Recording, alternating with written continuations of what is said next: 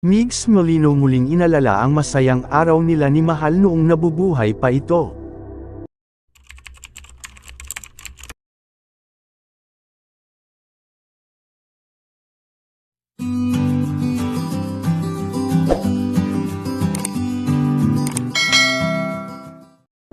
Muli ngang nakwento ni Bunso Migs Molino na hanggang ngayon ay presko at napakasariwa pa din ng alaalang iniwan ni Mahal sa kanya at sa buo niyang pamilya. Binabalik-balikan pa din ni Migs Molino ang panahon kung saan sabay silang nagtatampisaw at naliligo sa ulan habang ito ay nagtatawanan at masayang naghaharutan.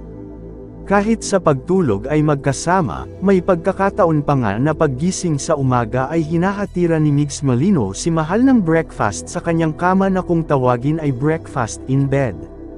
May mga pagkakataon pa nga na tuwing Valentine's Day ay may nakahanda silang dalawang kanika